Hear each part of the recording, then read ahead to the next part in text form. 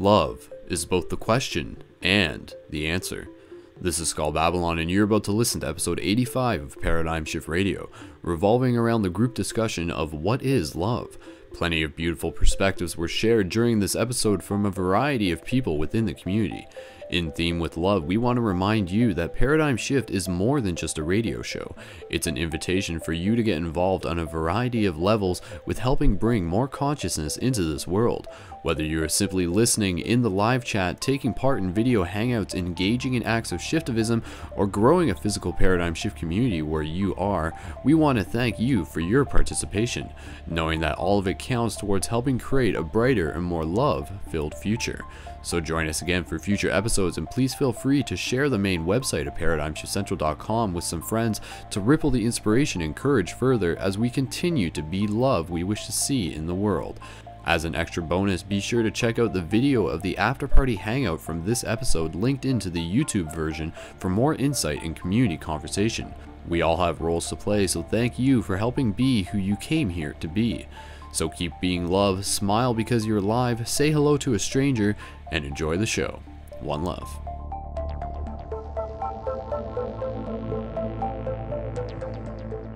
People say that love is blind because they do not know what love is. I say unto you, only love has eyes. Other than love, everything is blind.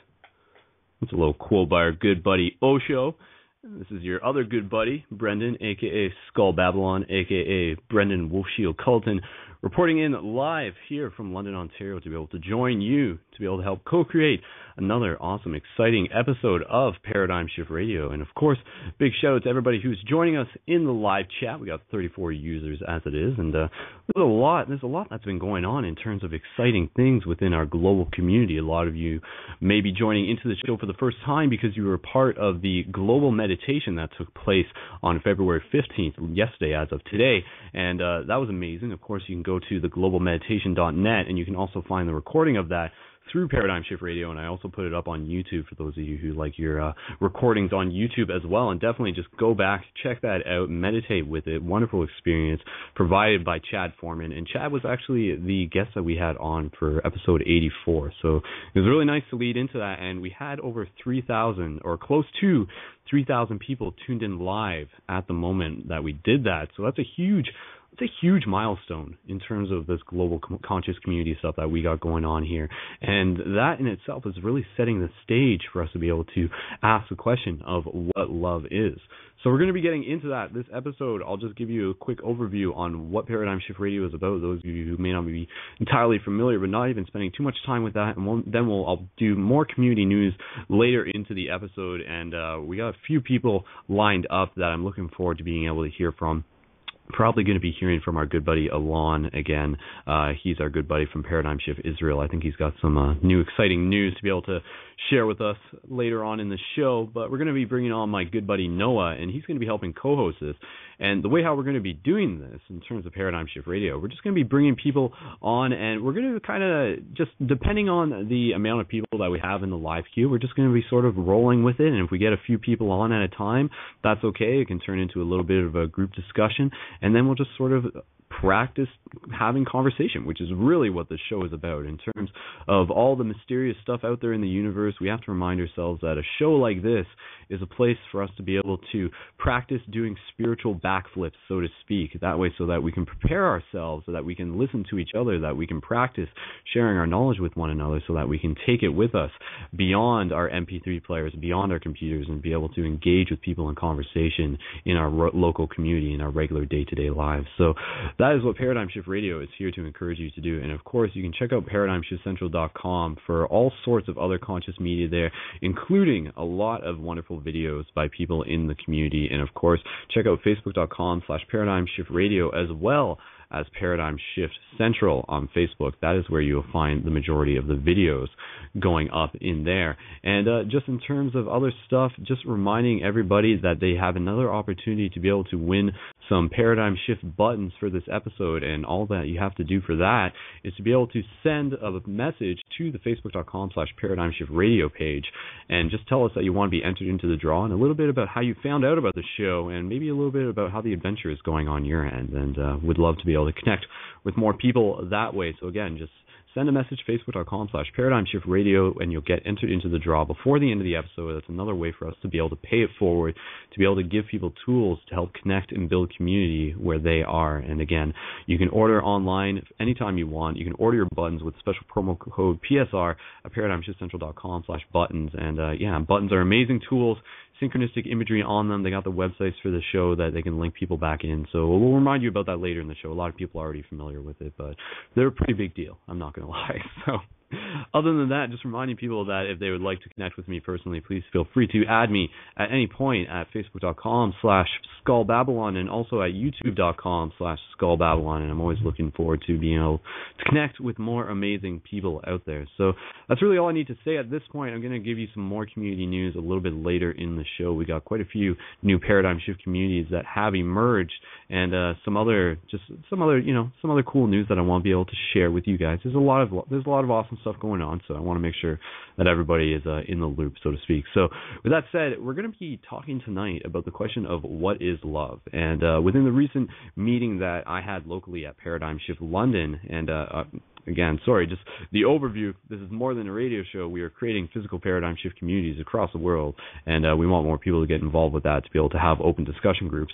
and meditation groups as well. And we were meeting in our Paradigm Shift London group, and we brought up that question of what is love. And a lot of really interesting things came to the surface, and I got a few notes that I took from that. And I'm going to share my own thoughts on what love is, but I'm going to do that a little bit later. And I'm more interested in hearing what it is that you have to think about the idea of what is love. And obviously we're so close to Valentine's Day, and we're still in the full moon, so to speak. I mean, I always count the full moon for at least 3 days, so to speak. And even though we're sort of waning our way off of it, or waxing, or one or the other, waxing off and waxing on, it's all part of the process. But it's still in that full moon phase, so lots of love sort of up in the air right now. So I'm curious to hear what you think love is, and we'll sort of address that question. And just again, this show is really a boost point. Every time you listen to the show, you're going to get additional boost to your adventure added in terms of spiritual encouragement, and not even just I use the term spiritual loosely, but just encouragement and inspiration and education. That's what this show is about. So let's bring on our buddy Noah and get the conversation rolling right now. And again, if anybody else wants to call in, you can call in through the regular host number call into the show through the regular guest line number at 347-539-5493, or you can call in through Skype using the little Skype button.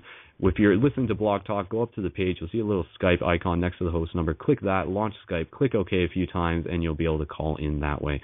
Or you can call in through the host number. Either way works. So there's a lot of awesome opportunity that we have on the show. So looking forward to seeing what we can create out of it. So with that said, I'm going to bring on Noah, and again, just reminding everybody to invite some more friends. We got 45 users in the live chat, so we're just getting into the show right now, getting ready to flow through things as we speak. So here we go. We're going to bring on Noah. We're going to get this conversation rolling. Noah, if you're ready, I'm going to bring you on to Paradigm Shift Radio. Here we go. Hey, hello? Noah. Hello. Hey, dude. How's it going? Good, man. You awake? Awesome. I'm awake and ready. You're awake and ready? All right, right on, man. Cool. Well, Noah, I mean, I can small chat with you for a bit, just ask you like how's it going, but I'm really interested in just sort of getting into this in a lot of ways, and I'm sure we there's can skip that yeah. I'm good. How are you? Good. Yeah, I'm great. How are you? Oh, awesome. Yeah, exactly. Dodge that loop there. So yeah, man. I mean, in terms of the idea of what is love, I'm really curious. to hear what you have to say. So you can start this off. The talking stick is yours. So let's get this conversation rolling. What is love, Noah? Help us answer it. Okay. Well, first of all, I guess these are all things that most people feel intuitively. But I guess I've taken extensive time to study the word love in Hebrew, obviously through my interest in Kabbalah, and I've discovered some incredible things about the mysteries of the word. It's meant to be a fractal, so the deeper you go into the language and the letters behind the language that make up the word, the deeper you get into the understanding of the word. So I guess on a very basic level, the word for love in Hebrew is ahava, and it comes from the root word hev, which means to give. So I guess the rudimentary, basic level of love is giving.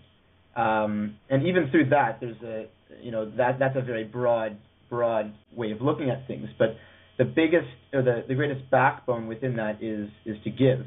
And now the question is, well, do you give unconditionally? And do you give to people that treat you like crap? Is it just the kind of thing that you just are unconditional about?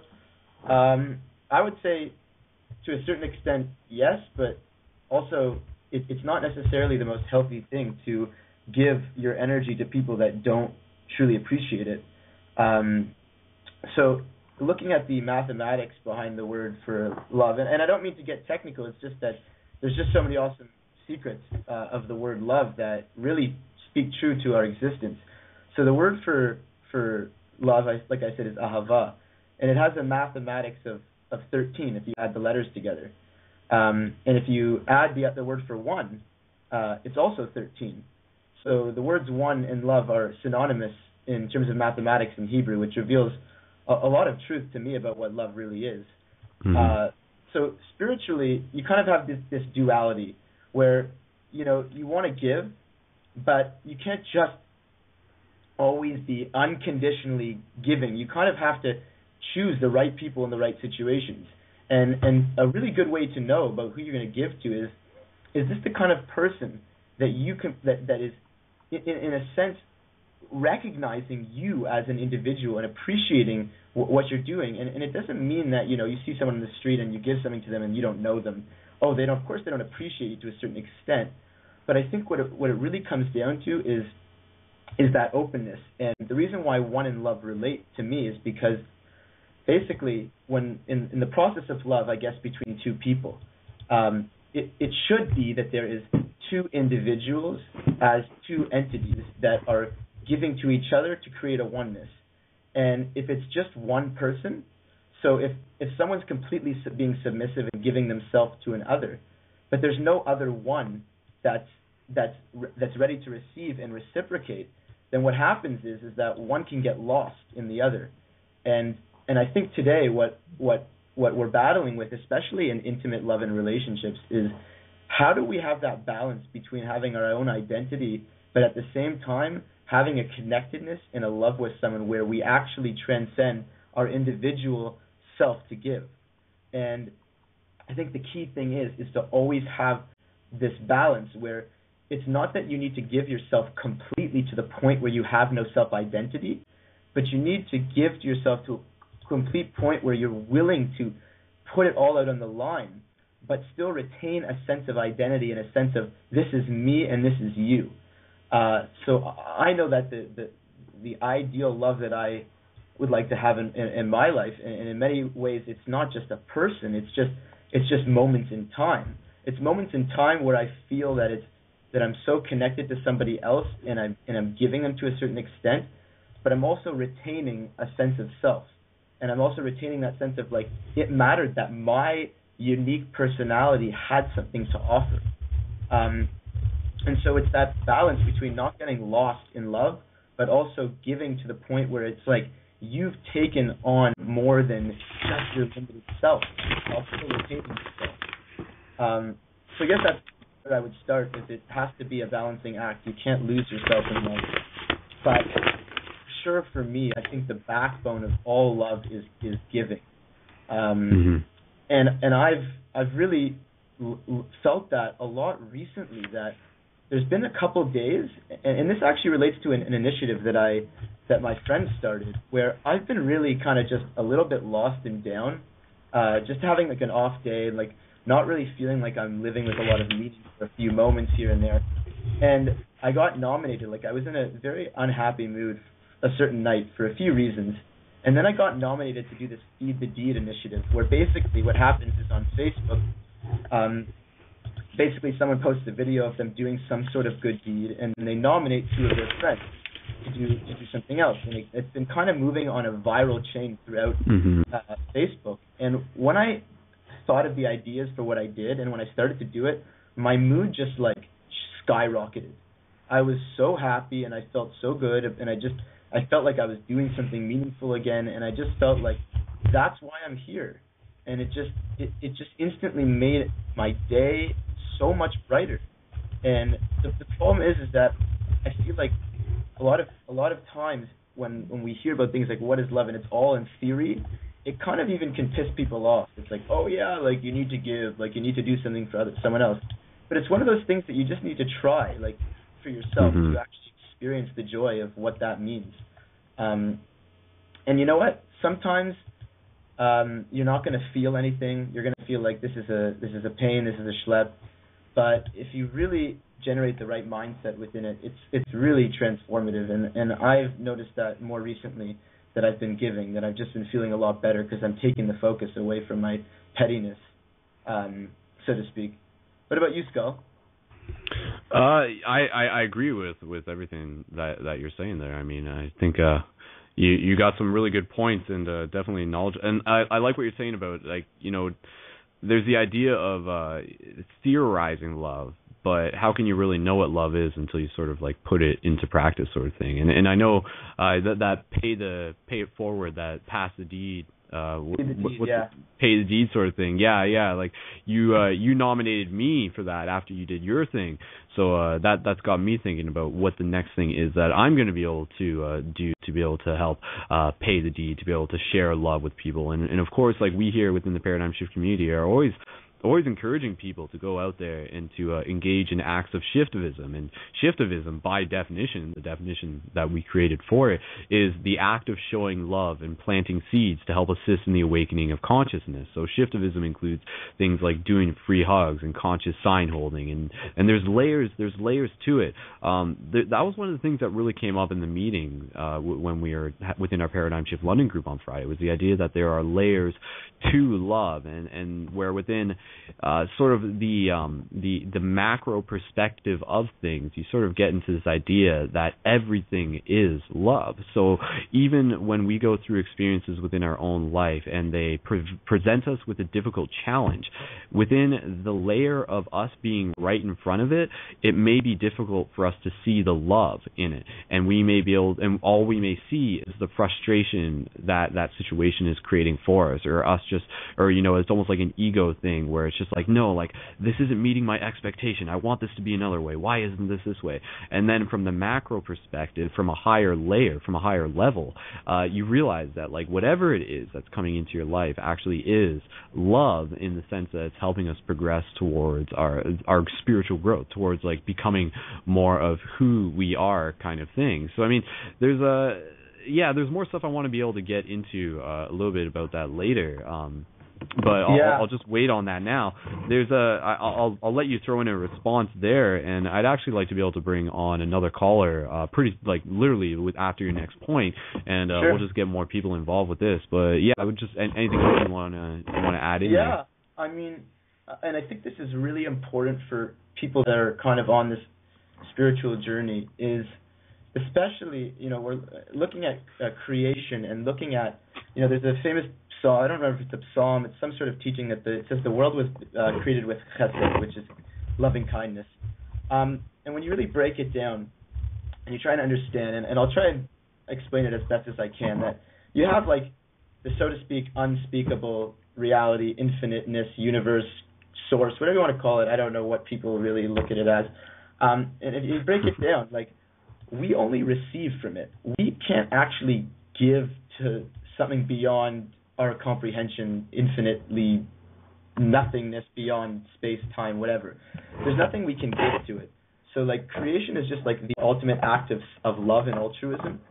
And so, for me, that I think when I had a huge transition on my spiritual journey was when I at a certain point, like right now, my relationship with family and friends has honestly never been better. And I think at a certain point, I thought, okay, like, you know, this spirituality thing, like, I need to kind of just figure out this truth. I need to sit and, you know, meditate, and I need to do all this stuff, and I need to, like, kind of isolate myself, and it's all an illusion and all this stuff. And I think at a certain point, and it relates to this teaching that actually, like, as much as it's awesome, that we want to, and we should strive to find and cultivate inner peace of mind. It's just to actually become like God, so to speak, and to cultivate that beingness and that sensitivity to humanness.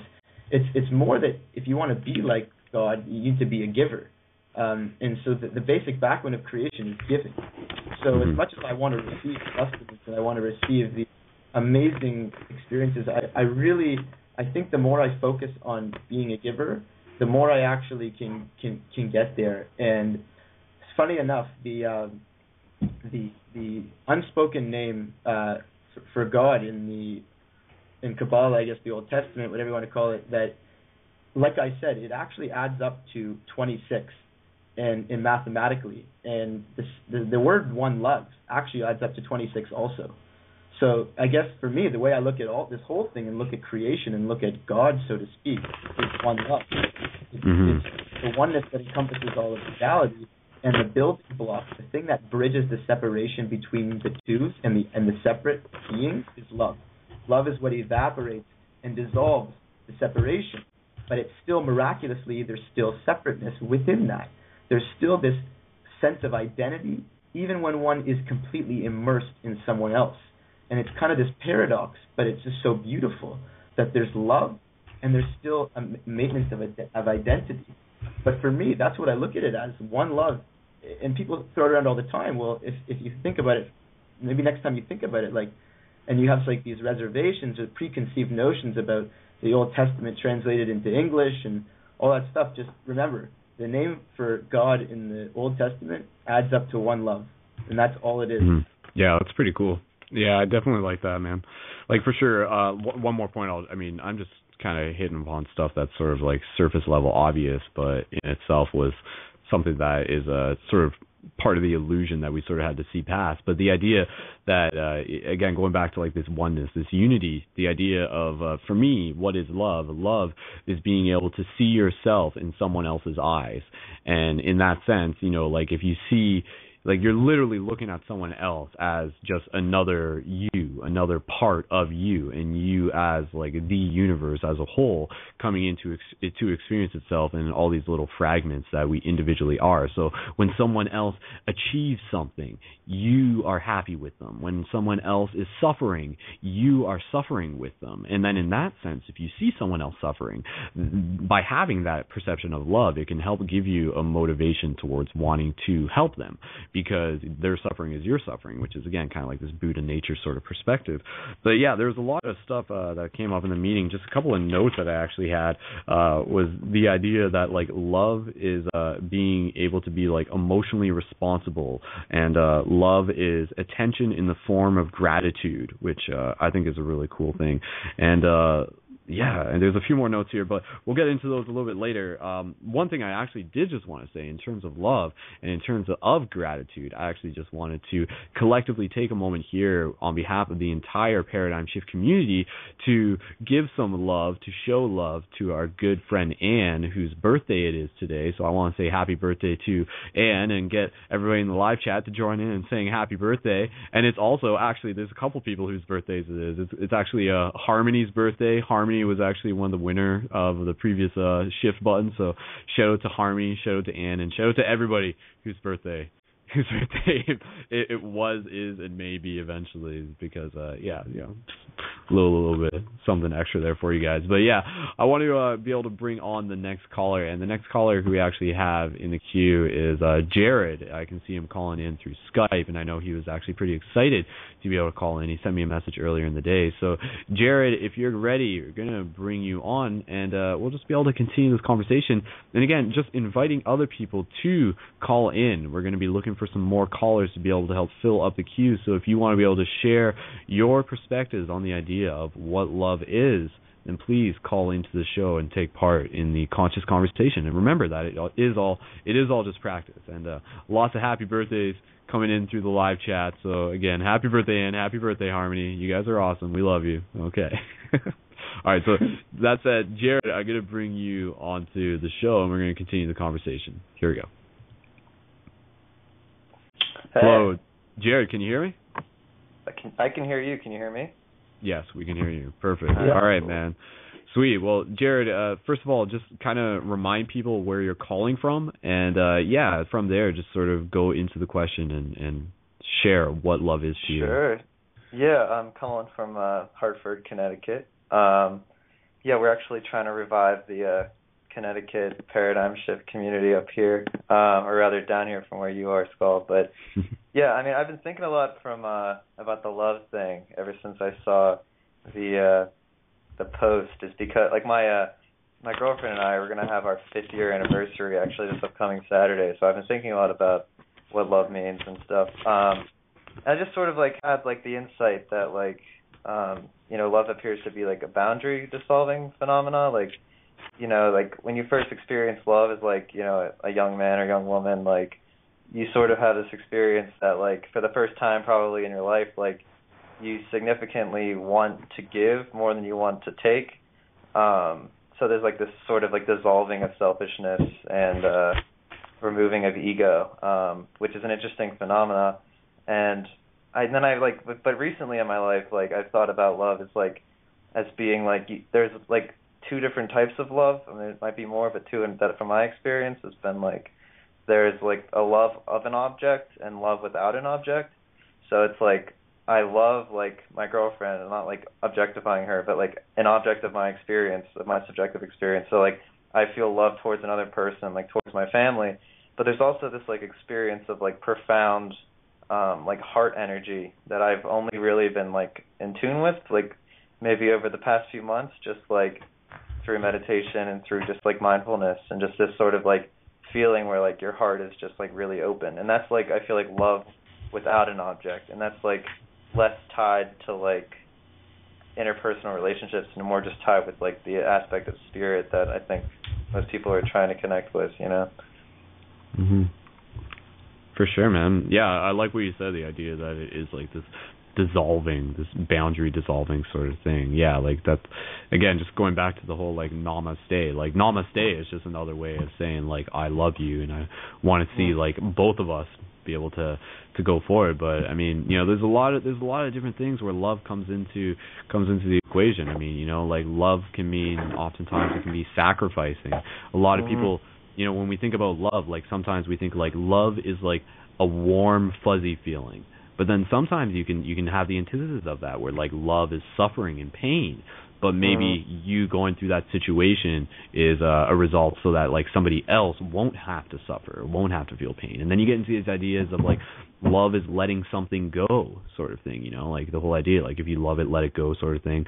So I mean, there's a lot of even just colloquial terms that sort of come up in society where we hear like this idea of what love is, and it's obvious that it is clearly not just one thing, but I think it's important for us to be able to talk about it some more. But Jared, was there anything else you just want to share?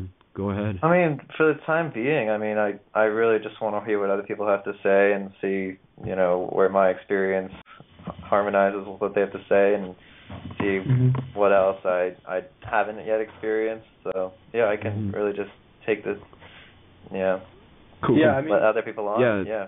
Yeah, no, go ahead, jump in on this.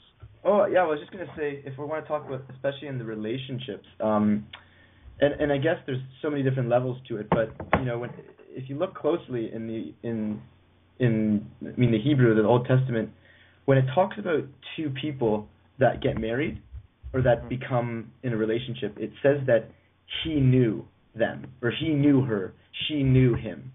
And I mean, it's a very deep concept when you start to get into the tree of life and what to know really means. But on a very basic level, to know means you understand. You know them, you understand them, and I think that what's so awesome about, like, it kind of relates to the mirror thing as well. What's so awesome about love is it's not just like I love him. When they say like, it's like, oh yeah, like I love that person, but like, it's not just like a noun. It's like an ongoing kind of thing. It's like you're not just in love. It's always changing. And I think what's cool is that I kind of look at it, it's like you kind of get into like a partnership, and like you're a team, and like you're making a decision that you're gonna like use this person as your greatest mirror. Because, so to speak, except for yourself, maybe, depending on how deep you like to go within your own psyche, only about a few people are going to know you on a very deep level. And one of those people is clearly your spouse. So the way I kind of look at love, especially in you know what, in a friendship sense and in anything sense, is how much do you know them and how much do you understand them? And that involves deep listening and deep care and deep appreciation. Because what's so crazy is that if you look at it like it's stagnant and like the honeymoon stage is the best, it's not true. It's the more you know them, the more you love them. And the more you understand them, the more you love them. And it's so crazy how deep you can go. And just like after years and years and years, it's not like you understand them. Like when people say, for example, that someone's superficial, I kind of laugh at it. I'm like, are you kidding me? No human being on this entire planet is superficial. Maybe on the surface, so to speak, they're not really deep into themselves, but we're human beings. We're like the biggest mystery you could possibly imagine. Everyone is so deep. They're just not necessarily uncovering the deepness within them. So there's not going to be a point in time where you're like, I know my spouse. You know, it's going to get deeper and deeper and deeper. And through that other person, like you said with the mirror thing, you're going to see yourself more and more and more. And it's kind of like a never-ending game. You never get to the end of this love because it's a quest and a partnership. But so much of it is just going deeper and deeper and deeper in understanding and constantly being like, wow, this person is a mystery. You know, the same way people say like the greatest wisdom is to know that you know nothing and keep going.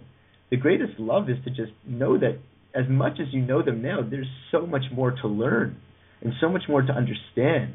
And I think that is such an amazing thing to be able to share with somebody in your life, whether it be a good friend, whether it be a teacher, even, and you know, obviously a spouse or a sibling. It's how much do you get to know them. And the more you get to know them, the more you can appreciate them. And I think that's just something so important that I've been trying to figure out is who are the people in my life that I actually care to want to know and to really want to know. You know, not just like on kind of like a, not even a hey how are you, but not just like on like a, you know, the questions that most people ask to them, or just spending time with them in terms of quantity. You know, like I want to know you.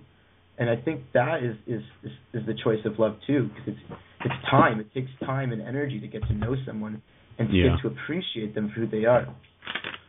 That's a good point. I'll just jump in, and then Jared, if you got a point too. I was going to say, like, yeah, like even the idea. I like what you said. The idea that like love is wanting to get to know someone. Like love is time, so to speak. Like love is something that like grows through our experiences and everything like that. And love is trust, and love is understanding, and love is acceptance in a lot of ways. And I think just kind of from my own personal perspective, I think it's really interesting how a lot of people, they have different flavors of love that they prefer. And some people will almost, you know, when you're talking about relationships, some people will, whether they do it consciously or subconsciously, they will go into a relationship where it's just kind of, you know, you have that honeymoon phase at the beginning. And then you get into this point where neither one of the people within the relationship is really challenging the other person to become a better version of themselves. And if anything, they start sort of, you know, if one of them has like sort of like a lazy, lethargic attitude to them, and the other one isn't doing anything to challenge that, then it's just going to be encouraged. And then through that, like it sort of becomes the responsibility of both people within the relationship to be able to address that situation, to be able to encourage the person to refine themselves. So I mean, rather than just looking for a relationship that is going to be just like that you know, warm, fuzzy, comforting sort of almost, you know, the same feeling that you can associate when people, you know, when people like eat like fast food, and when they have like pop, you know, like when they have pop, or when they even like do like some sort of drugs, there's like that it satisfies a sensation, but is it really crystallizing the spirit, so to speak. It's that easy kind of love, so to speak. So I mean, what I think is more interesting is the hard kind of love.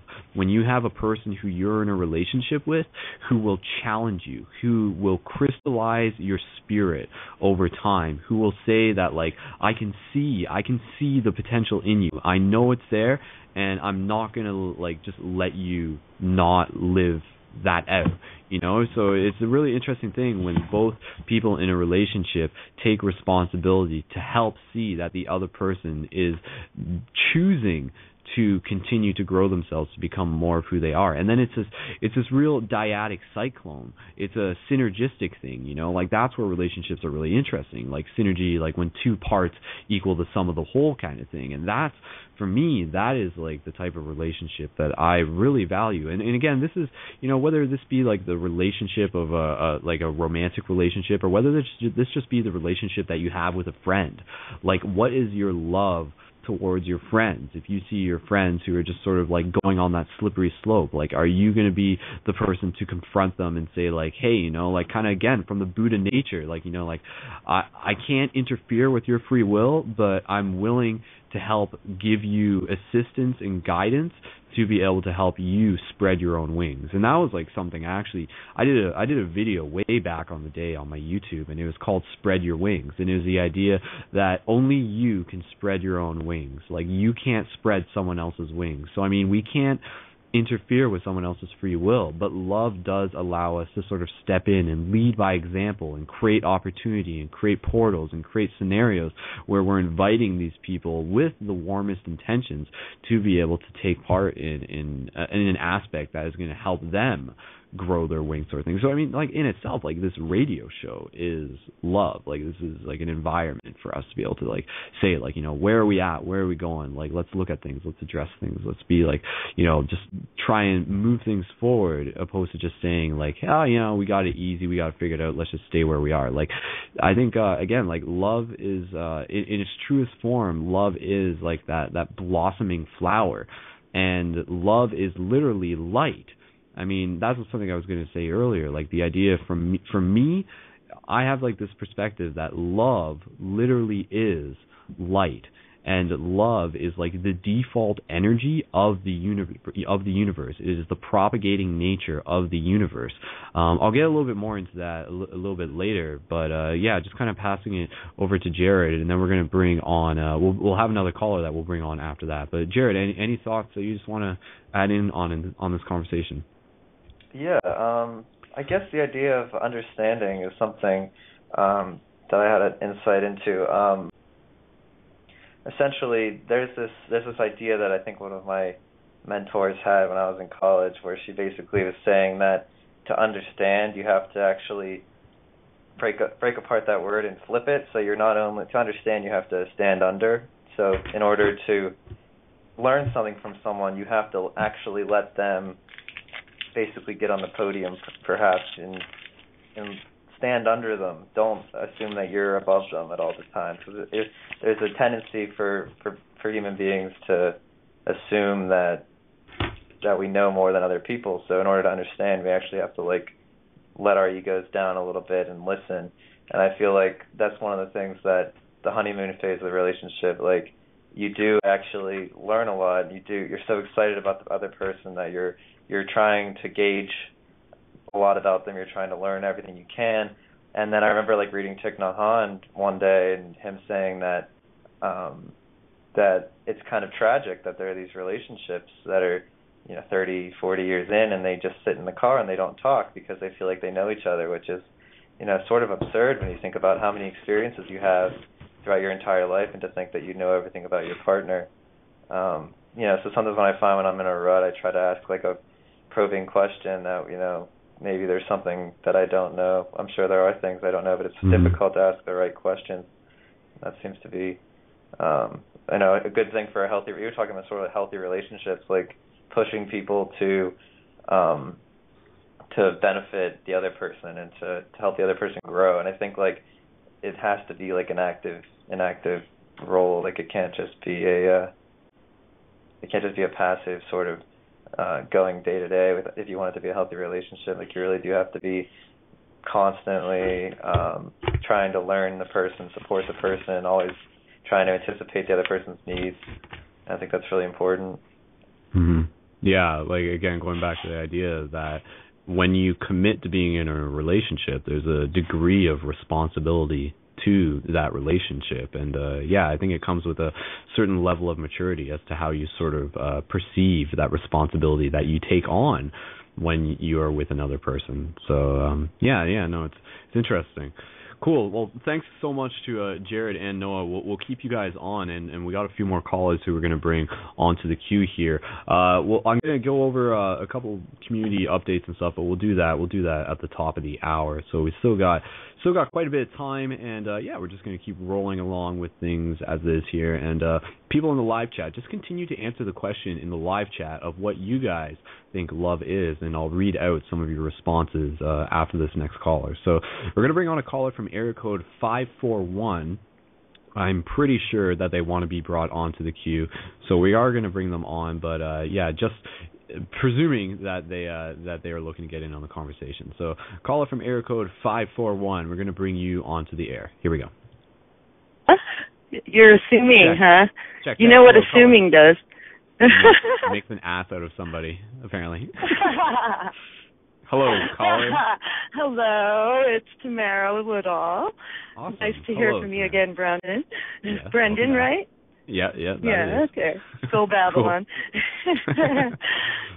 What fun. I'm really enjoying this program. I've been studying that subject myself, I think, for quite a while. Mm-hmm. What I was just posting right now on one of these links I did from you is love is a blossoming flower, and love is the default energy of the universe. I liked that. You made some nice comments there. I really enjoyed that. Said he terms this light and also equates love to light. That is pretty astute, considering the experiments they have done with photons concerning the theory of quantum entanglement, where they shot one like 13 miles or so much this way and the other one that way, and it was from one photon, and they did something to one and the other one did the same thing. Quantum entanglement. And everything is connected by photonic energy back to the moment of the Big Bang. That's what they're finding out in quantum mechanics theory right now. And I thought, oh my gosh, that's very cool. So right on. Good comment there. Cool. And I really... just go ahead. Just, Tammera, just share whatever it is you want to I also really enjoyed the Hebrew. That was an interesting discussion. The number 13 being a master number, so that's the one being the same as love in Hebrew. That really is funny because everybody is afraid of 13.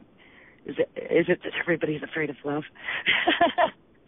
We don't deal with the definition. That is a good point. Because you know what? I think there's a part of us that is afraid of love. I mean, I think that's a interesting sort of idea in itself. So, but yeah. Sorry. Go ahead, Tammera. I've always liked 13s. Actually, Friday the 13th is usually a fun day for me. So I don't think I'm afraid of it. But yeah, it's like the master of the council. 12's the council, right? So 13's the master of that. Oh, interesting. Yeah. Mm-hmm. That's pretty cool. And the master has to balance within themselves, the balance, has to balance within themselves both the chaos and the order. I don't know if anybody plays Skyrim, but I really like the concept of the Jigalog. Oh my gosh, the order and the chaos thing. Yeah. That was wonderful. Shale growth in the realm of madness. Oh my goodness. Anyway. Well, I think that is a really key thing, though, that love is balance in a lot of ways. And because I kind of going back to what I was talking about with, like, love is the default energy of the universe, like, love it is balance in that sense that, okay, visually sort of imagine this, like, love is almost like this, like, magnetic force that tries to pull things into symmetry. It tries to pull things into balance. So I mean, in a sense, like what we sort of visually see as things like sacred geometry or a perfect circle, that in itself is a very sacred and authentic representation of the nature of love, so to speak. Love will blossom within symmetry. And then when so if we were to visualize, I mean, I've drawn this out on paper, but if everybody were to just to make it a little bit more easy to visualize a cube. Visualize a cube and just say, like, that perfect cube is love.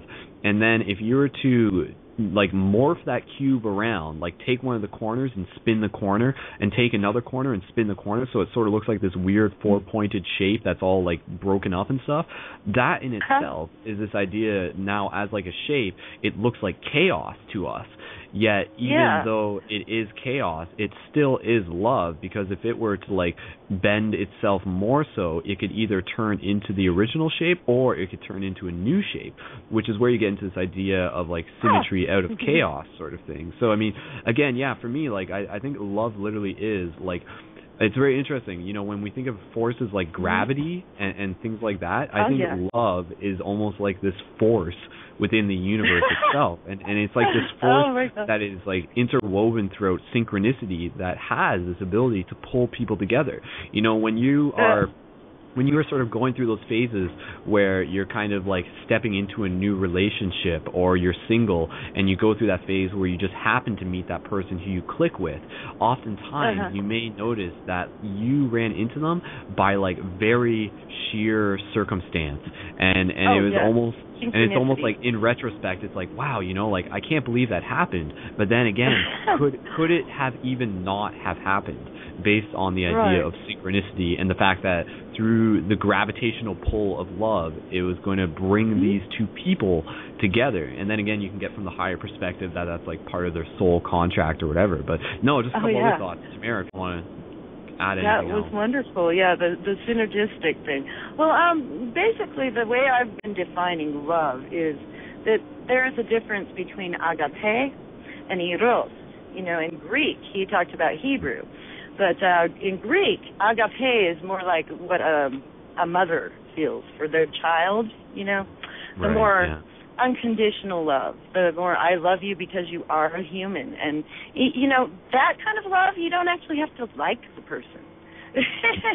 You can have a daughter or a son that you really don't like their choices and what they do, but you still love them. You still feel love for them as a person, as a human, and feel responsible for them in that term, keeper, I guess, or shepherd of their soul in some way, and trying to lead them to that sense of balanced love. Whereas eros is kind of unbalanced because it's hot. It's the Kundala force, you know. It has to be joined, like you were saying, into more of a purple energy instead of the hot and cold. And then you have a balance again. The eros is more of the sexual love, more of the passionate love, you know.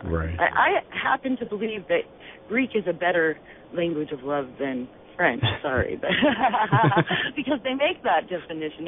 We don't even have a definition. We say love for either of those. We don't have a different definition for unconditional. We have to add a word. That's pretty bad. I think we must term Greek the language of love. It is interesting. Yeah, and then as a result of that, there's a lot of confusion within our society where people, you know, thanks to a lot of stuff in the media and the pornography industry, people think that sex is love, which is a very interesting discussion itself, because I think you'll find that they are quite... They're two different things. They're two different, definitely two different aspects. I mean, you know, like there's a lot there, because I mean, a lot of times with whether male or female, you may find that we have these energetic urges to be pulled towards something with a sexual desire. Yet, I think within a higher level of consciousness, we will be able to actually notice that in itself is not necessarily necessarily love that is pulling us, but rather it's just this carnal desire. And then love is actually being able to, so an example, like obviously, like just as a crude example, if a person's walking down a street and they see like a really cute girl across the street and they want to like turn their head, and then as a guy or a girl, you might have some thoughts like run through your head. Whereas like a person who is more conscious would be able to like notice that person across the street and then not allow themselves to play with those thoughts in their head out of respect for themselves and more for like the a other beautiful person sunset. as well. Yeah, or like just enjoying the be beauty of something. Yeah, you can That's still different. exactly. You can still see someone and be like, "Wow, like you are beautiful," like, and that is like still love without it being sort of crude and perverted, so to speak. So I mean, I'm like, again, love. There's a lot to it. Now we're just gonna say we do have a few other callers who we'd like to bring on, and Tammera, I'd like to be able to get just a few more points from you if you want to share, but then we're probably going to be moving along just because we got about 3 other callers, so I can't have I know. That's 7 wonderful. people on at once. If you don't mind. Yes, I'm glad it's a popular program. Anyway, another point I wanted to make is that that I've been talking about is that I believe that what we came to discover here in this school, if you will, is the parameters of love, and there's not just one way for all people or all beings to love, and if we're here to discover the parameters of this thing that they call love, then there must be many ways. And in nature, you see that. You see all kinds of ways of reproduction or love. I mean, like wolves, for instance, are loyal, and they choose one partner, but other creatures are not. I mean, this is all made by Creator. So obviously the Creator believes that there's many ways, or that we need to explore the different ways. Yeah. It's just a point. Noah, you're still on. Noah, you got a point? Go ahead.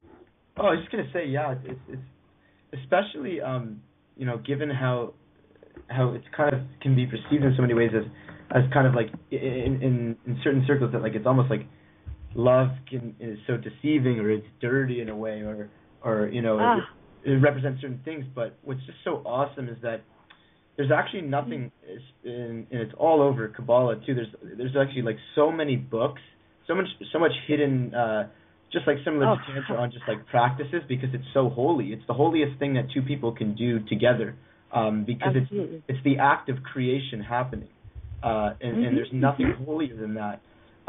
So, for example, this is also really interesting that there's certain guidelines on sex that say like while you're conceiving, and this is so interesting, is you should be thinking about the holiest thoughts and the holiest, like loftiest, beautiful, like blessings that you essentially want to give, especially if you're trying to do it for procreation, that like to into the love, because if you think about it, it's just like this magical juice that we have that can turn into life and create evolution.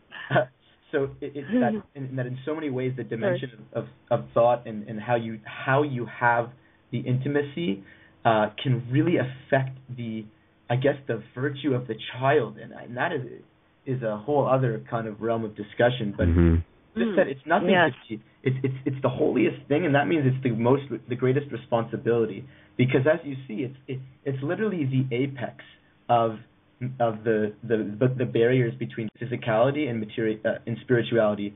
It can be used to denigrate and create the biggest disharmony between male and female energy that in this entire world has to offer. It can destroy female and male interconnectivity, which is so interesting that the more that the female and male energies are disaligned, the greater disconnection between the female energy of Mother Earth and the energy of our human being as the male in that relationship.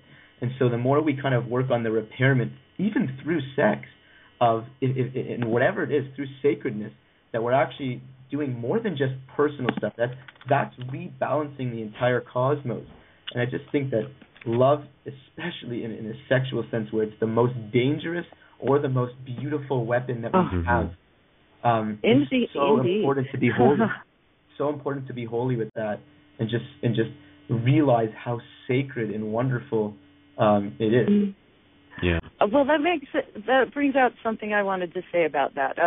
Shiva. Have you ever thought about the fact that it's creation and destruction, and the sexual energy can be adapted into creation, into your projects, into whatever it is that you're pouring your energy into, and it doesn't have to be sexual as far as joining of two bodies. It can be adapted. It's the same energy. So, yeah, it is the energy of creation, the energy of destruction. Ishtara also relates to that from ancient Babylonia. And on that, just like for men, like, you know, pay attention. Like, think about it from like a physical and like as above, so below. Like, wasting seed is like wasting life force. You know? Like, yes, it's that's what that all means. That's the greatest energy that the body has. Yeah. Like, it's not just like not that you're going to be damned exactly though, but you're wasting something that is important. Like that's kind of the idea, I think. Exactly. You know, it's so valuable to have. And it's just so interesting how, like, you know, like, oh, I'm 13 years old, and we're like, everyone's like, oh, be educated. It's like, oh, yeah, like, you know, like, masturbation and, like, whatever it is. Like, you don't think about, like, the power of what this thing is, you know? Yeah. Anyway. Yeah, absolutely. That's well, I funny. mean, go ahead. Tammera, did you have another Sorry. point? Go ahead. Yeah, you know, I don't think that is necessarily wasted with that either. It depends on what you're concentrating on. You can use that for some magical disciplines. In, you know, I would probably have to cite Justin Marinelli on that. Chaos magician. I went to a class with him, and he had actually made a point about that. So anyway, maybe he should call in next time. maybe. Plenty of people. Cool. Right on, you guys. It's fun. People are commenting on your amazing energy. I forget your name. Tammera. Like you're beaming. I'm not even paying attention to the chat because it distracts me. I'm sorry. Well, I'll have to look. Well, actually, just going back to thank everybody. We're just going back to I was asking the chat earlier what love meant to them, and Lehua. That's how I'm pronouncing her name. I apologize, but she's our friend originally from Hawaii. But she was saying, the idea that it's important to realize that we are love, and that love starts with ourselves. That within us, it's not just something, but like we have to see it within us. We have to be it within us before we can really love someone else in that sense. And then she was actually going back to the John Lennon quote of, "It matters not who you love, where you love, why you love, when you love, or how you love. It matters only that you love." And and then a couple other people were just sharing. Our good buddy Jero was sharing that sometimes I feel we use the word as an external action instead of a state of inner being, which is a very good point. And then Fox sort of reiterated that love isn't an action, that love is a state of being, which I think is definitely something that, you know, like when you're sort of in that moment. And that's where I love if you can get into practicing things like eye gazing and things like that, where you can really just, again, going back to that, like in Lakesh Alakan, I am you, you are me, looking into the eyes of another person and seeing the universe and just being like, wow, awesome, we're alive, and sort of just thinking about everything at once or any of that. But I mean, all those are just sort of like hitting upon things that definitely are really key. And I think not to brush over what Noah was talking about there earlier, and Tammera, just the importance of realizing that like something as simple as our sexual energy like literally is like the potent energy like of the universe sort of thing. Like I think, you know, in the same way that everything is love, like sexual energy is still love, but when it sort of goes out of our control, like that's just a result of its potency. So we have to sort of acknowledge its potency and then use our conscious free will to be able to like bring it within our conscious control, our conscious actions. And definitely like that's where like, you know, when again, if people, I agree with Noah, if people are engaged in the act of love making, just to really bring focus to your thoughts, to even project intentions that you would like to see manifested into the world. Like this is actually some next level stuff, and in a sense, I'm almost what I'm about to tell you next. I'm almost hesitant to do it just because it is so potent. But I think it's valuable for us to know about it, even though you can think about it. You can theorize it if you want, but just keep in mind, just listen to what I'm saying. But the basic idea is that when we are in that moment of orgasm, like obviously that is a connection with like a higher state of being. There is like this huge channel that is opening up, and information is coming in and information is going out, as well as sensation coming in and sensation going out. And within this moment, we have the potential to cast intention into the universe. It's literally like an act of magic. And the idea is that whenever you're having an orgasm, think about something that you would like to see for the altruistic, the benevolent nature of everyone. So I mean, as funny as this sounds, you know, you can be like in it, whether it just be masturbation or actually in an act of intercourse, and you can just be like coming up to that climax, and you're just like, world peace, yes. Like, as ridiculous as it sounds, I honestly think that like that is like seriously spell casting potential type stuff, in the same way that it's just something that I just wanted to bring people's attention to. So literally think of that moment as of masturbation as being a moment to cast a very potent spell into the universe. And going back to what Noah was saying, if you actually reserve your semen or reserve your sexual energy, then when you cast that spell the next time, it's actually more potent based on how much of that energy you've been building up over the weeks, or even, you know, over the months, if you're really sort of in that Unless state. You have a night emission. Before that happens. And then you can even get into the idea that, you know, rather than just using this energy to ejaculate, you can actually use this energy to transmute it into, turn it into like external fluid that's going to help give more potency to your dream exploration, which is a very interesting topic in itself. So I do apologize because I don't want to. I mean, there's a lot of key things to talk about, but I wanted to hear some more of what other people have to share as well. And we're going to bring on some other callers. Tammera, I don't want to like kick you off, but do you want me to just put you on hold and then we can bring you back on if need be? Sure. Yeah. Okay. All right. Okay. We can do that. Okay. Good. So we'll do that. But Thank you. before we do that, was there just any other point that you wanted to make? You made some very interesting points there, and yes, even though it's funny, it's true. It really is true. It's the creation we can laugh about it. So. And you have a choice of how to use that.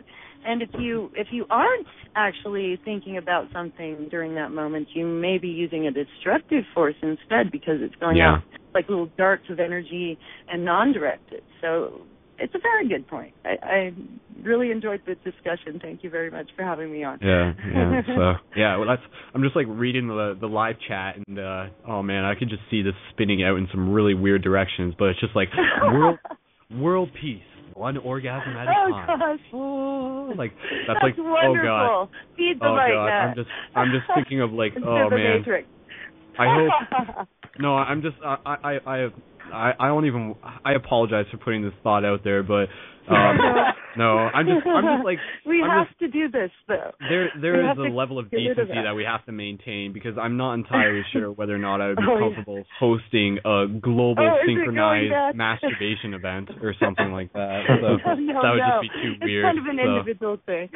Or not even masturbation, but dear Lord. Collective global orgasm will end world peace pretty quickly with that one. Anyways. Yeah, okay. We're putting that one off to the side. We'll return to it.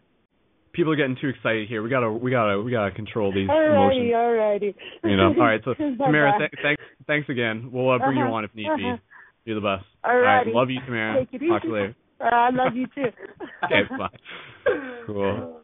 All right, so having a little bit of fun here. Humor is important. I'm glad you guys are enjoying yourself too. But again, just remembering that that sexual energy is super, super potent. So just be mindful about it. That's all I'm saying. And go read books on it. I mean, whether you're looking up Tantra or a book by Mantak Chia about cultivating male sexual energy, that's a good one.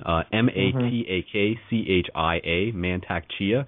Run a search on that. He's got some good information on it. I'd recommend it. So before we bring on the next caller, I just want to be able to take this moment moment to be able to remind people that they do have the opportunity to win the shift buttons by sending a message to facebook.com/paradigmshiftradio. And of course, you can order them to paradigmshiftsocial.com/bonus or slash buttons. Use the promo code PSR for buttons for bonus buttons.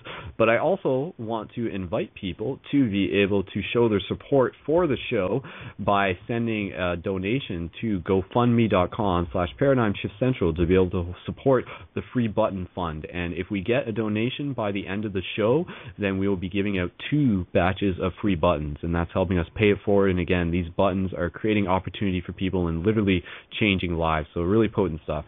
And other than that, I just want to remind people that in terms of support, you can also check out the new support trailer for the Journey to Lucidity at GoFundMe.com/Journey to Lucidity 2. This is a sequel that I'm going to be filming in less than 2 months' time at the at the Lucidity Festival in California.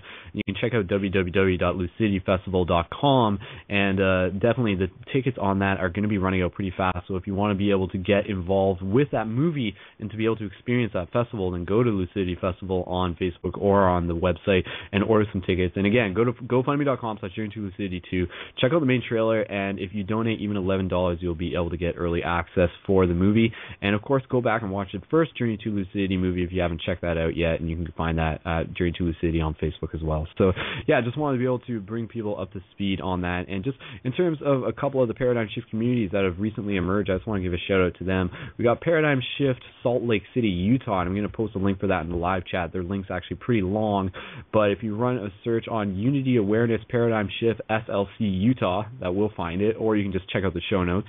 And also a shout out to Paradigm Shift Kitsap, which I believe is in Washington.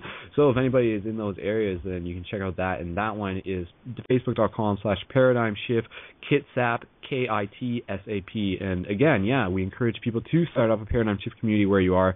You can go to ParadigmShiftCentral.com/start a community for information on how to be able to get that set up. And yeah, last thing, of course, I know there's a lot of support stuff, but there's a lot of awesome stuff going on. And if you just enjoy this program in general, then we do encourage you to sign up as a monthly supporter for Paradigm Shift at ParadigmShiftCentral.com/donate for only $4 a month, and that does help be able to cover the cost of website funds and all those fancy things, and just being able to support the future of conscious media. So greatly appreciated, and thank you to everybody who's signed up as a supporter. So that's all I'm going to do, and we'll do the button draw later with about 10 minutes left in the show. So again, just send a Facebook message to Paradigm Shift Radio to get entered into the draw, and hopefully we'll get a donation to the GoFundMe, and then we'll be able to give away extra bonus buttons this episode. So thank you everybody once again for tuning in. I love you guys so much, and we're going to be bringing on the next caller. And let me just check in real quick. Jared, was there anything else that you wanted to just add to the conversation just in the last bit that we've been going over?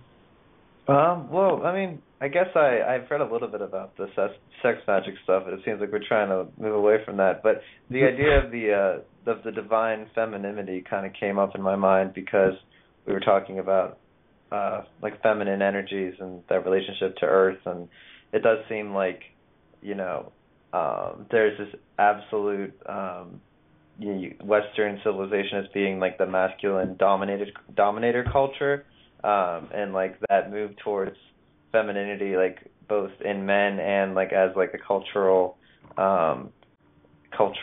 femininity, where we can actually start like having an emotional intelligence and feeling compassion. I feel like that's a lot of these things are seem to be more feminine energies, and it seems like in order to, you know, essentially ensure the survival of our species, we have to move in that direction. Cool. Noah, did you have anything you want to say? Is Noah there?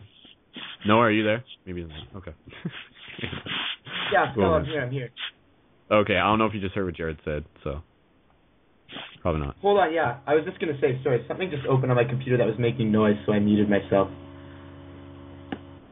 Do you have something to share? Sorry, yeah, I'm here. Sorry, something was playing, so I didn't want anyone to hear it. All right, okay. Did you have another point that you wanted to add, or we're going to move on to our next caller? So. Oh yeah, I mean, this could be just an interesting, because it kind of just changes it a little bit, but it would be something awesome that I'd want to hear from other people. And I've been thinking about this because a lot of people have been asking me, because I guess on my journey, on the journey that I'm on, people ask me like so what do you, when you're saying, okay, you believe in God, or like all these concepts that are not meant to be necessarily conceptual, I've tried my best to like articulate it, and part of that understanding is actually just so basic to looking out into the universe, and I think we take this for granted so much in our daily lives. It's kind of scary, but God forbid these things happen. But if you actually think about like what a cell that goes against the grain of the rest of the body and starts behaving on its own, it causes tons of imbalances.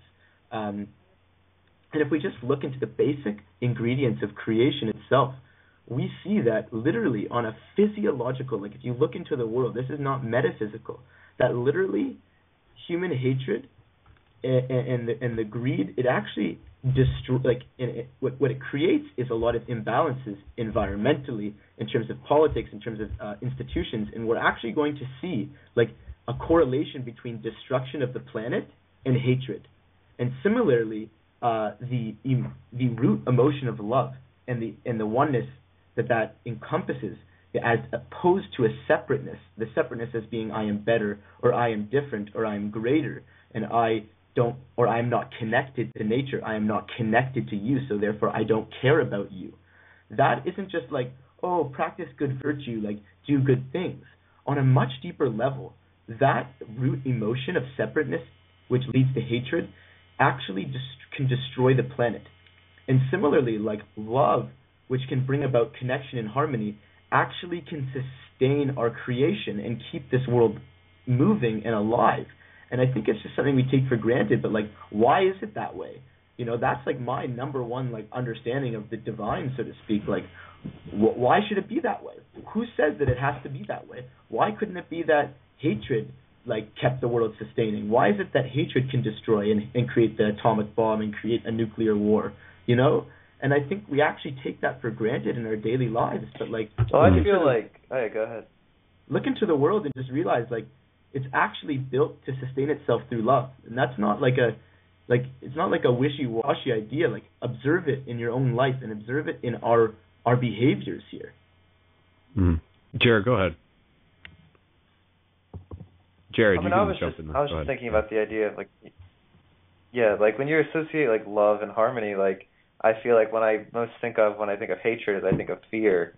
Fear is like the underlying biological impulse that is rooted in hatred. It's this basic sort of ego mechanism in order to protect like the species. So it is interesting what you were saying about that.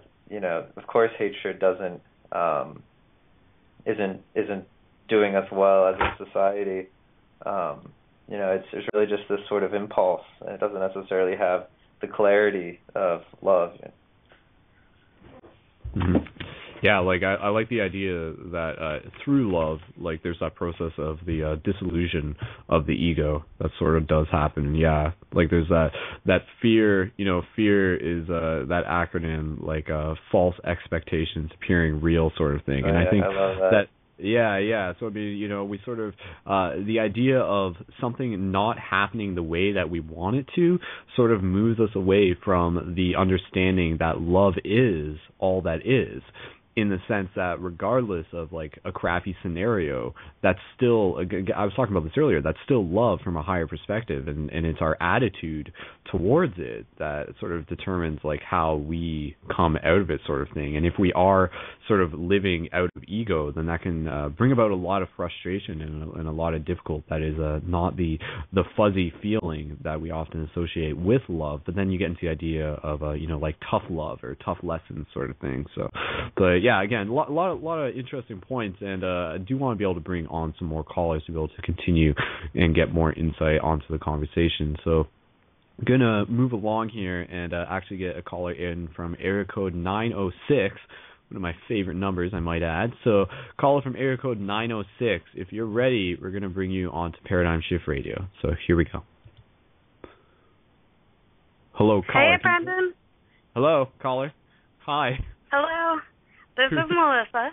This is Malysa. Oh, cool. Melissa's calling in. All right, awesome. Yeah. Malysa, please remind people where you're calling from and, what it is you would like to bring to the show. Well, my number actually, my area code is from the Upper Peninsula of Michigan, but I'm in downstate at the moment. Okay. And what is it? Yeah, anything that you, any thoughts that you want to share on the question, what love means to you? Well, I know that the sexual energy topic got a lot of people going, but it made me think about the idea of birth itself. I mean, when one enters this world, they are filled with love and curiosity immediately, and a lot of people need to ask themselves why that is. Like, why is it that when you are born, you immediately are held by someone who's trying to love you? You're embracing that immediately. I just saw this video the other day of two newborns who they were immersed into water. Yeah. And they actually forgot that they were born. They didn't even realize that they were born, but when they were immersed in this water for a bath, they immediately started like holding each other. And when you look at that, you can see that they were, that's love itself. Like when you are in the womb, the mother is loving the child is love. It's born and entered into love. And immediately when you're born, you have this astonishment of life and at the same time fear of the unknown. And it cycles through a newborn when trying to understand its brand new surroundings. And they're not able to use their skills or their voice to interact with the environment, yet they are rapidly beginning to process what it means to be alive. They're constantly pushing forward with their cries and their emotions, and they themselves are trying to love and trying to find it in their surroundings immediately, seeking to receive it. I mean, that's why someone is presented toys and coloring books and even a sandbox.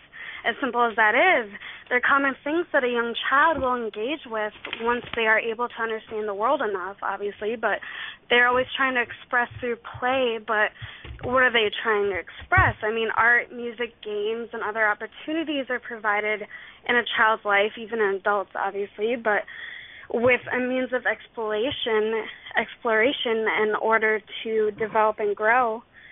And as we grow, we begin to school ourselves with interactive activities such as finger painting and show and tell and projects. Even me being a college student, I'm constantly doing projects.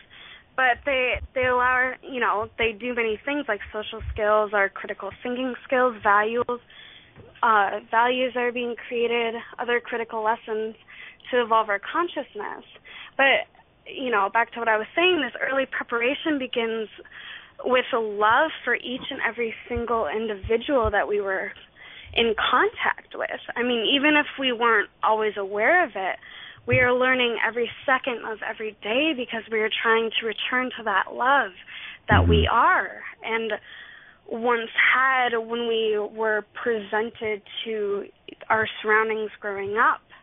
And although many individuals have moments where they strive to get to the finish line of life, that's obviously the ego, and figure it all out, it doesn't work that way, obviously, but there's always more to learn and love, and what started teaching us about the world was our love for the world and imagination during the early years of our life. And since this time involves the most crucial growing stages for this next process of our soul, I mean, being a young human, being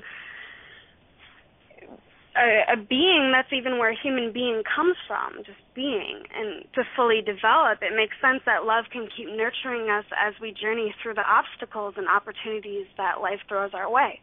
And one opportunity I've taken on is understanding and appreciating myself as love. And I know a lot of the listeners and you, I mean, that's, like you mentioned earlier, that suffering is one of the biggest things in life. I know it's a Buddhist tradition, but, I know the main reason that I actually even heard the word spiritual and tried to discover it was because I was suffering.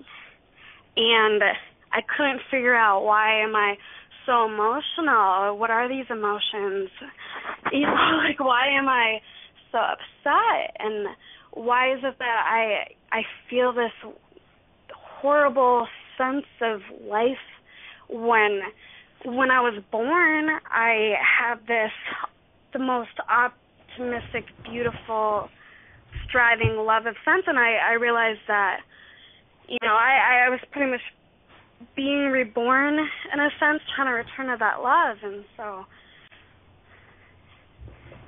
that's actually what put me on my spiritual path, was suffering.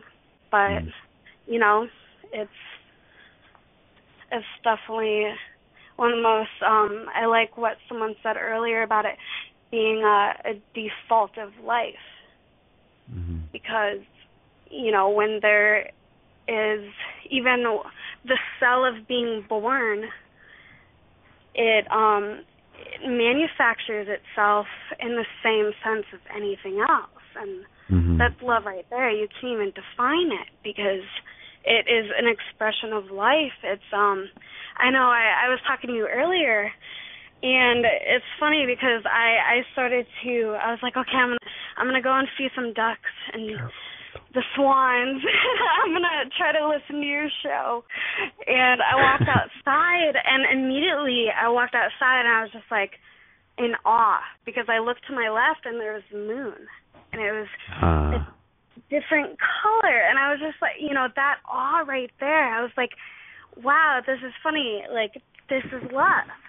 And I kept walking, and I was like, you know, I started to feel the earth, and I was just like, this is love. And I kept walking, and I dropped something, and part of me was like, oh, man. But I picked it up, and I was like, oh, I'm appreciating this again. I was like, this is love. This is mindfulness. This is what love is. And so I kept walking, and I started to giggle, because I was like, wow, like, I actually really want to return to this show. I actually really want to talk on this show. And I was just, like, sitting there, and I got shy thinking about it. And I was like, this is love. And then, like, I kept walking, and I kept giggling, because I was like, we're trying to talk about this. But I was just like, wow, I'm doing it right now. Like, there's no word for it. So I walked around the corner, and this guy crossed past me on the sidewalk. And I was just like, I am in love right now. I want to love him. I love everything else. I want to love him. So I kept walking, and I was like, hello. And he looked at me, and he was so startled. Like, he had no idea that someone was going to say hi to him at the sidewalk. I was thinking in my mind, you know, how many people walked past this guy all day and never said hello? Yeah, really. And I immediately realized, I was like, that is what love is. Recognizing, if you want to say hello, if you want to acknowledge anything else in your life, and have it acknowledge you back, that's what love is, right? That conduit of energy that you're receiving between you and that other individual. And I kept walking, and I was like, I want to go and feed these ducks and love them. But then I realized I forgot my bread that I wanted to feed them. Oh, no. And at this time, like right before, what made me realize that is I started to dig in my bag for my headphones, because I was just sitting there playing the show, but it stalled. So what made me realize I even forgot my bread was I just wanted to listen to the show, and I was like, what am I doing? I just fed the ducks the other day. I sent them my love. I want to go back and listen to this show. So I don't know, and then I ran into a couple other people, and I said hello to them. There you go. You know, I went on my day, and that's awesome. That's really beautiful. Like, well, everything that you just said there, that was really beautiful. Like, definitely. Like, I like what you were saying, that, you know, like, love is like acknowledging another person and reminding them that they exist and that they are alive. Like, I think that's like a really, really intimate thing, where it, you know, like, sometimes we sort of go through this life and we're walking around and we're doing our thing, but until somebody else like comes up to us and holds us and like looks us like in the eyes and says like you are alive right now. Like, I am confirming the fact that you are alive because I am right here looking at you. I'm right here, like, appreciating you. Like, I think that's just really, like, a kind of a magical thing, because kind of one thing I was going to talk about earlier was the idea that, like, love is the language of the universe. And kind of what Tammera was talking about, like, love is this thing that extends beyond language, in the sense that animals understand what love is. And, you know, we see this in videos where you'll get, like, a person hugging a lion or something, or you know, like those crazy videos where, like, a guy will come back and see lions that he hasn't seen for, like, 15 years, and they run up and hug him, sort of thing, right? Like, crazy stuff like that. Or even just what we were talking about with the wolves. I actually I like that idea, because, like, with the wolves, you know, when a wolf is caring about their children, like, not only do you see them, like, physically nuzzling them and stuff like that, but to the wolf, that other wolf, like, their cub, is not simply just like a baby. Like, that wolf is them. That wolf is an extension of the wolf lineage. So, like, by them, like, caring about that other wolf, like, they are putting their love towards ensuring that their species continues to exist. And this is the last thing I'll hit on for now. Like, I think the reason why we are here, why we are alive, is so that we as love can be in astonishment, to have awe of the love that is around us, like, of the love that is the universe. Like, we are the love, like, looking at a sunset and being like, wow, that is amazing. Like a sunset looks amazing, and the fact that we can acknowledge its amazement is part of the reason why we are here. Like, you know, we created this playground for ourselves, and it's full. It's just, like, overflowing with love, and but there's no reason for us to not bring more into it. Yeah, like, whether it be ducks on a pond or some guy walking across the street who you say hello to, you know, like. Yeah, for real. I mean, like. Yeah, I was just gonna. Like, one thought that I had earlier was well, actually, it was a couple of days ago, but it was because of an animal that, I mean, you know, obviously they have this awareness to them, and it's so shocking to me that there's so many people in the scientific, or even in the world, that even question that animals have spirit. Like, it still baffles me, because I was looking at this animal, and I realized that every time you engage with anything, it's like they will acknowledge your eyes. And I thought about, oh my God, I had the exact same thought. Yeah, why do dogs look at my eyes? Yeah, animals look at our eyes. They know that. They always look at your eyes, and it's not like they're looking at your nostrils or the hairs coming out of them, or you know, like your ear or something. It's like they look at you and they acknowledge you. They see the soul. And there's something to that. It's just, that's exactly what I would say love is. When I think of it, it's just acknowledging, you know, the word namaste. I mean, that's, you know, just acknowledging, just by staring into your pupil, that there is something in you, and they will acknowledge that. You know, and obviously, you know, I can admire your shoes, you know, and I can love your shoes, but it takes my focus and energy. I'm sending it to your shoes, and it takes my own personal awareness to even conduit that energy there.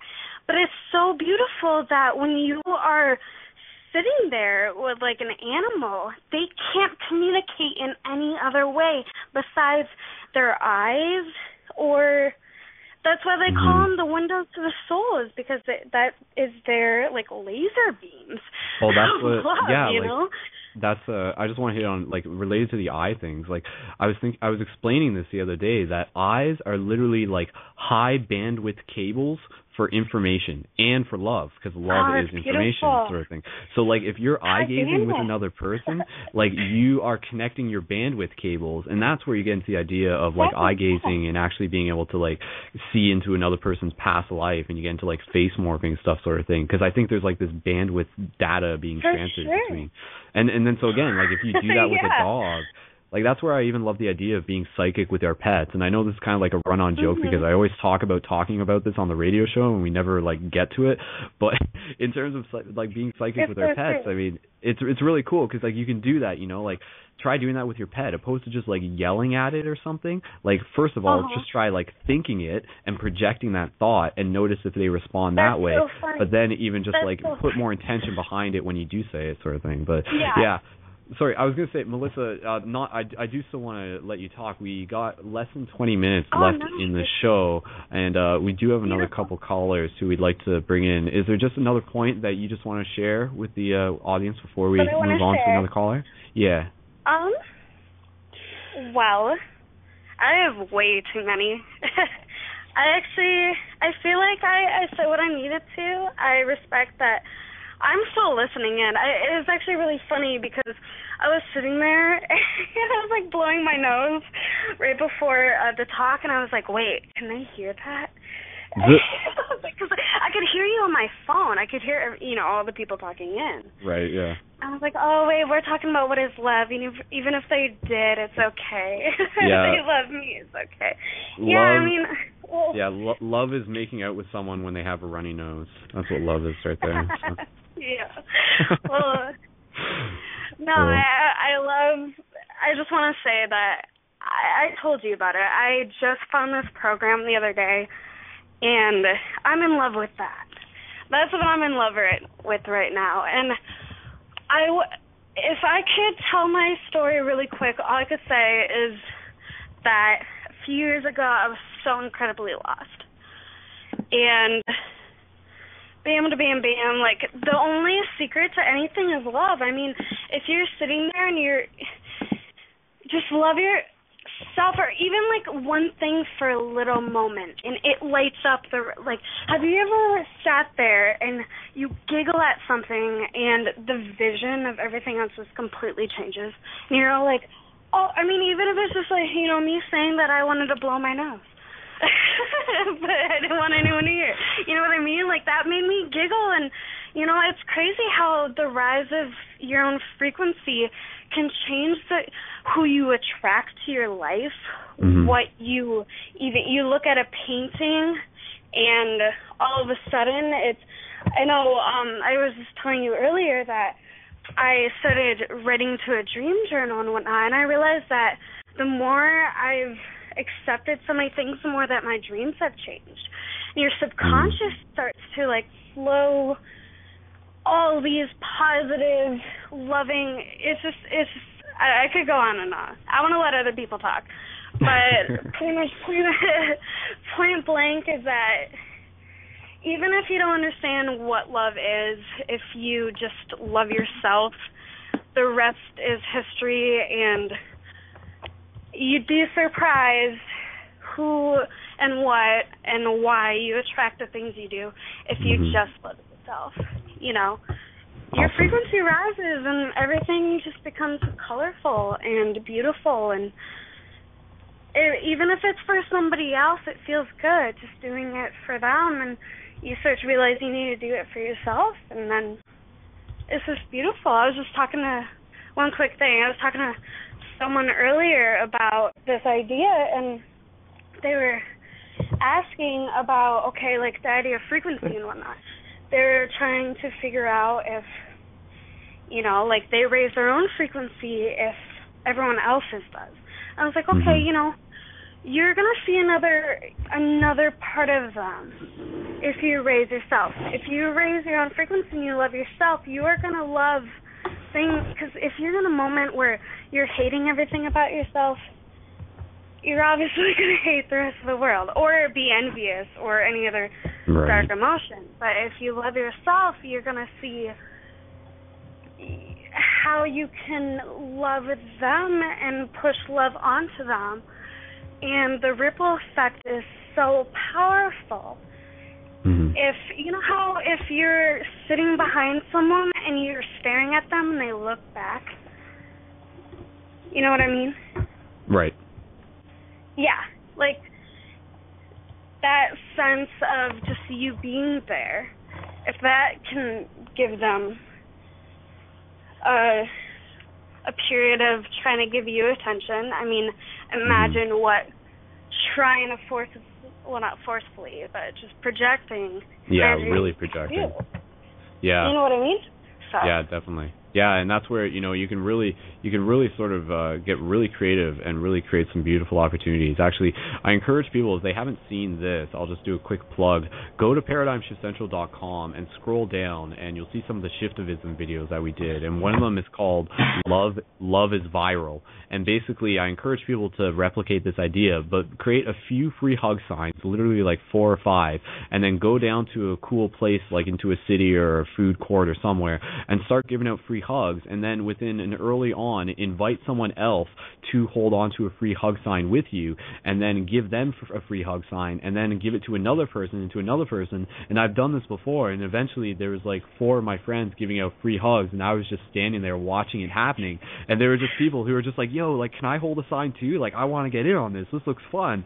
And it's just it's really cool. Again, it's a viral thing, so it wants to be shared. It wants to be seen. So love is there's a quote here, and I'll share it. It's by our good friend Jocelyn, who had something posted. She said, sorry, I was just going to say, this is a quote from Jocelyn. She said, real love will find the deepest places inside you that resist truth, which is kind of an interesting thing, because going back to the idea that love is light, the idea that light will literally reach everywhere. It will reach the darkest corners, and those darkest corners themselves are already light, just not as vibrant a form of light that we sort of recognize commonly. But yeah, again, there's so much to talk about light. Malysa, we're going to have to switch gears and add another caller, get another couple callers into the show before we go off the air. But I just want to thank you again so much, and I posted the profile for your Facebook into the live chat so people can add you, so you can expect a little bit of extra love from some new friend requests coming your way, if that's okay with you. Thank you, Brendon. It's so nice to hear your voice. Yeah. No problem. I really appreciate you letting me on the show, and I appreciate the show, and I'm excited to hear what everyone else has to say. So. Awesome. Add me for sure, everybody. I would love to make new friends. I appreciate you calling in. All right, thank you. No problem. Love and light, brother. Take care. Cheers. All right, namaste. Bye. Namaste. And just to confirm, Malysa's Facebook is facebook.com/mhops, M as in Malysa, Hops, Hops, and people can add that. So we literally only got 12 minutes left in the show, and I'm going to do the button draw right now because I don't want to have to interrupt the next couple people. And we're actually going to be doing 2 draws today, thanks to our good buddy Noah, who's with us live on the air, who actually is donating to be able to help give us an extra draw. So thank you, Noah, because you are going to be changing someone's life by donating to be able to help contribute to this. And of course, if anybody else wants to donate to GoFundMe.com/ParadigmShiftCentral, for future weekends, we'll be able to get more free buttons out to the people. So if you guys want to join me in a collective Om, I'm going to draw the first name. So Noah, Jared, you guys are still with me. Collective Om.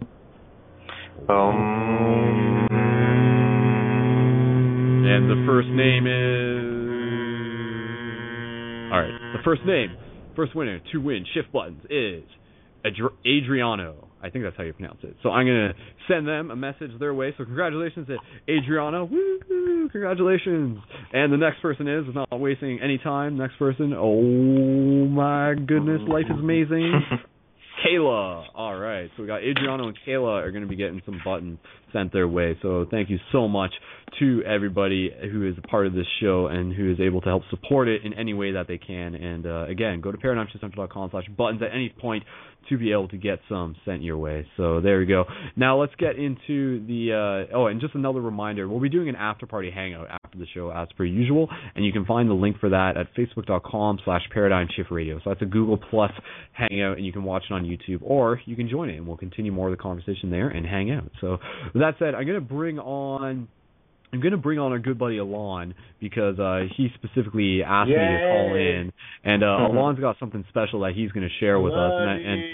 And I apologize.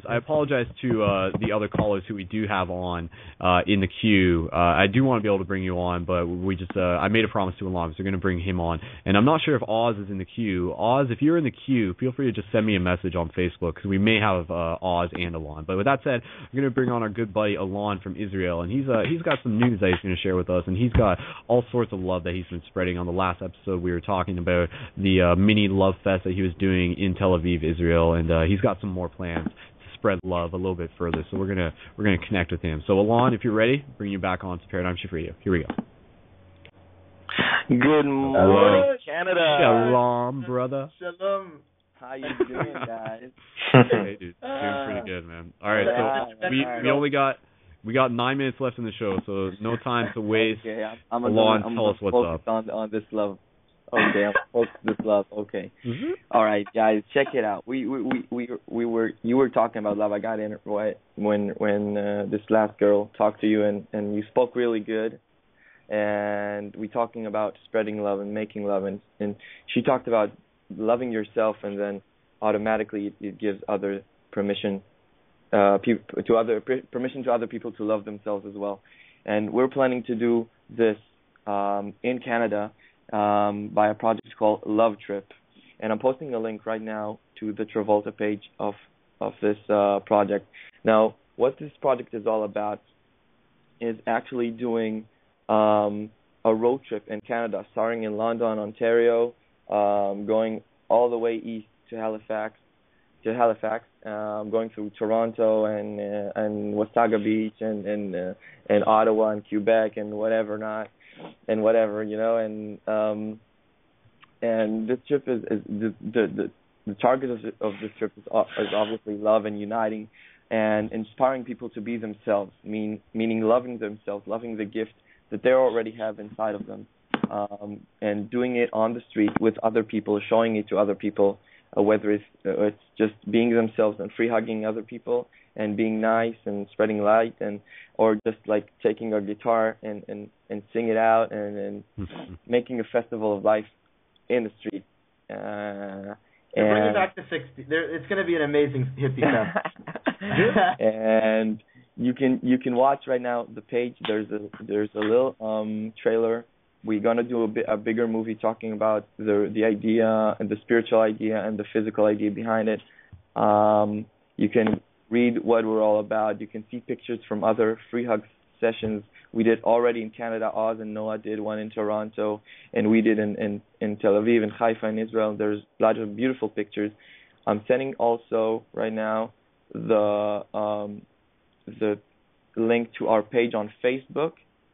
I think I did. Wait, yes, and 2 albums, so you can get some inspiration about how a really colorful free hug sessions can look like and what's the potential in this. And you can watch the pictures and think about how it's going to look like in Canada, because this is what we want to do like twice a week in Canada. Like get you guys, all the listeners, up to the street, picking up those free hug signs way up high and just like smiling and celebrating life and whatever, and really vibrating those positive vibrations on the street. And we're going to do some meditation mobs and in the street, and everything we do it so everyone can see it and gather around and talk to each other and communicate and connect and inspire, and that's it.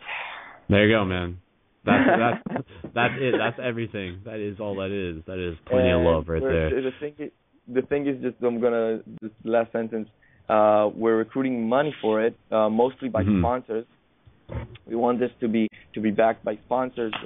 We're recruiting from our expectations $10,000 to $14,000, so we can have gas and for the car and get all the stuff. So we're looking for Canadian sponsors, whether small or big, whatever contributions is awesome. So we're putting the sponsor advertising on the car itself, and we're gonna do, the thing is that it's gonna be really, really publicized all the time. We're gonna post on Facebook, update on the blog, write beautiful stuff, and update the photos so people can see and get inspired. And we're gonna make weekly vlogs, and eventually maybe a documentary about it. The whole package. And so everybody in Paradigm Shift is going to be involved in this, obviously, and it's going to be a shifty experience. Cool, man. And people, we encourage people to support it. Again, money is just a chance for us to sort of transmute energy for something that we want to see more of within this reality. So the link that Alon was talking about, you can also probably find it through their BeLight.BeLove on Facebook, which is the Paradigm Shift Israel page. So facebook.com/BeLight.BeLove, and also Travolta, which is a GoFunding funding website, and it's trevolta.com/travels/love trip-11006. So that's the full address, but just find the show notes and we'll post that into there once this is up on YouTube as well, and definitely support that. And Alon, I commend you on doing this.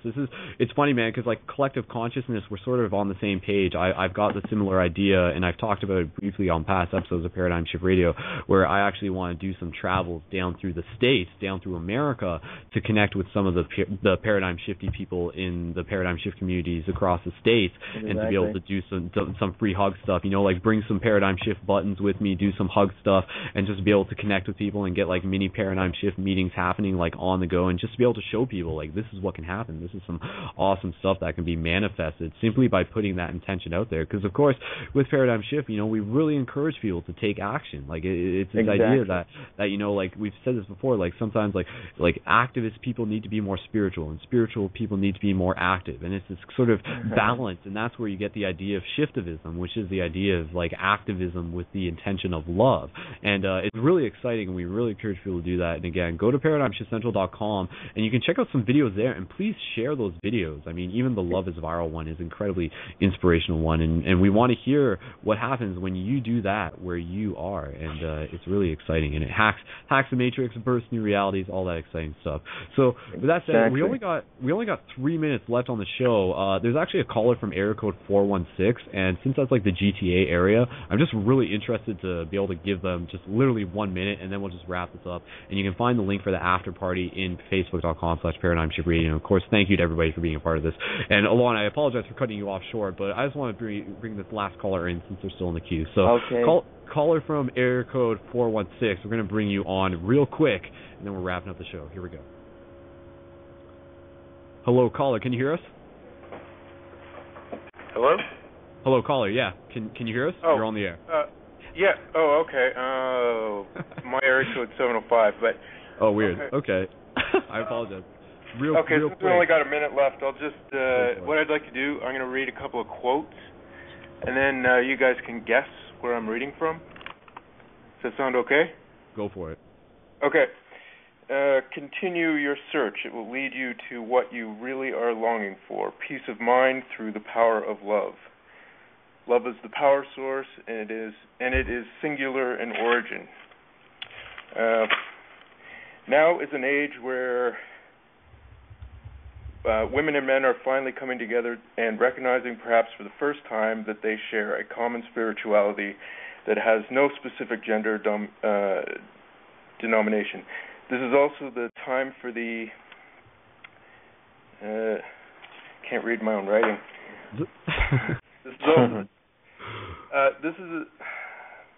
Oh my God. This is also the time for the...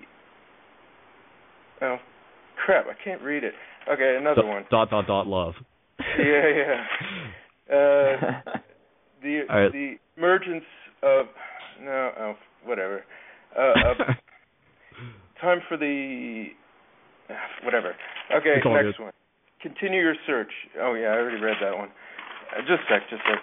I wasn't even thinking I'd get on here. Love is not a word. This sort of connects with what you were saying before, how love is like an energy. Like, I practice Tai Chi, and Chi energy is kind of like love energy. And essentially, it's like a power source you can call upon. I always like to think of it as free for everyone, anytime, as much as you want. All you have to do is ask.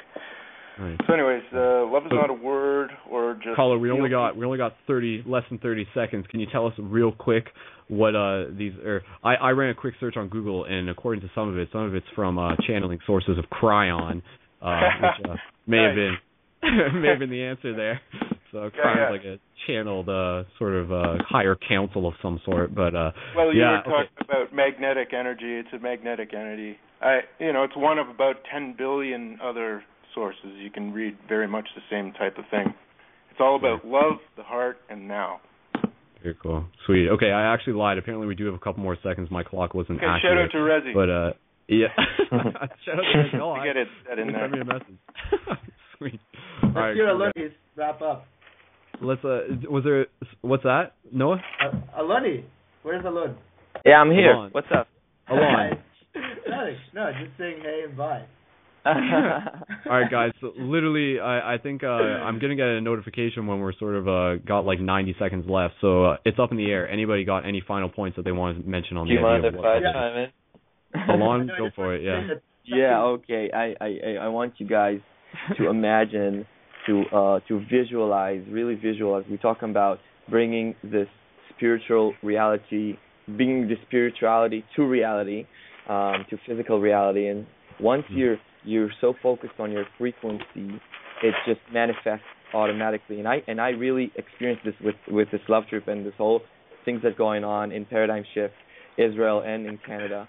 And just imagine just people walking in the street together, and you guys, you yourself, who is ever listening, coming to meet other people and celebrating life together. And whoever it is, you say hi, you say good morning, you say how are you? You meet new people, and you go camping together, and you make this amazing creativity together. And everyone gives their gift. If you know how to paint, you paint. If you know how to dance, you dance. If you know how to photograph, you do photographing.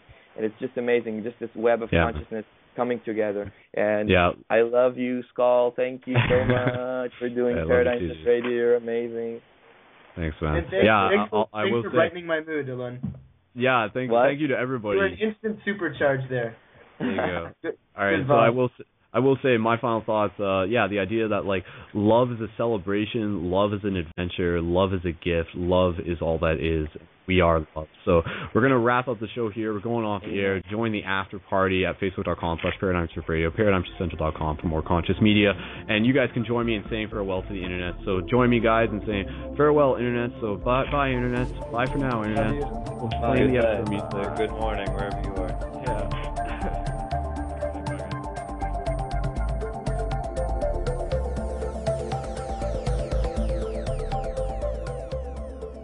Thank you for listening to another episode of Paradigm Shift Radio. If you would like to connect with people where you are and continue the conversations further, then check out ParadigmShiftCentral.com/buttons to order your supply of shift buttons to share with people to help invite them to this global project while also helping make new friends and building local community where you are.